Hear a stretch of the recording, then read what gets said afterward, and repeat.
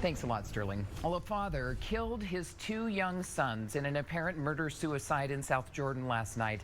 Now the Utah Domestic Violence Coalition says they are seeing a dangerous trend in fatal domestic incidents. Haley Crumblehome joining us live to explain what the coalition is seeing and what resources victims have at their disposal. Haley?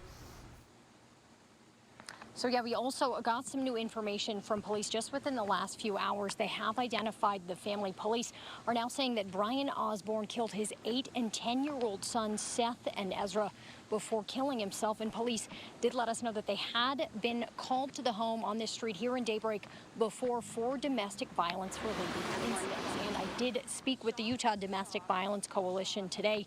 Jennifer Oxbow, their executive director, says the total number of deaths related to domestic violence in Utah this year is up to 20. I spoke with Lieutenant Matt Pennington with South Jordan Police today. He says officers were most recently called to the home at the end of November when he says the boy's mother called for reports of a verbal argument in which Brian Osborne threatened to kill himself. Foxborough says there are several indicators that can point to possible future lethal intimate partner and family violence. One is previous history of domestic violence.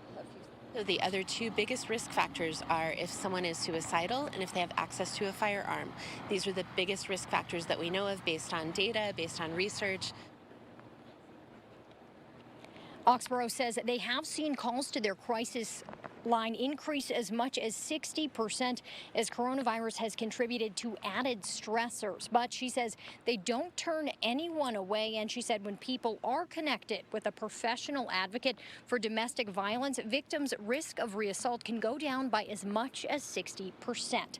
And if you need help or more information on resources, the Utah Domestic Violence Link Line can be reached at 1-800-897-LINK. In South Jordan, Haley Crumblehome, 2 News.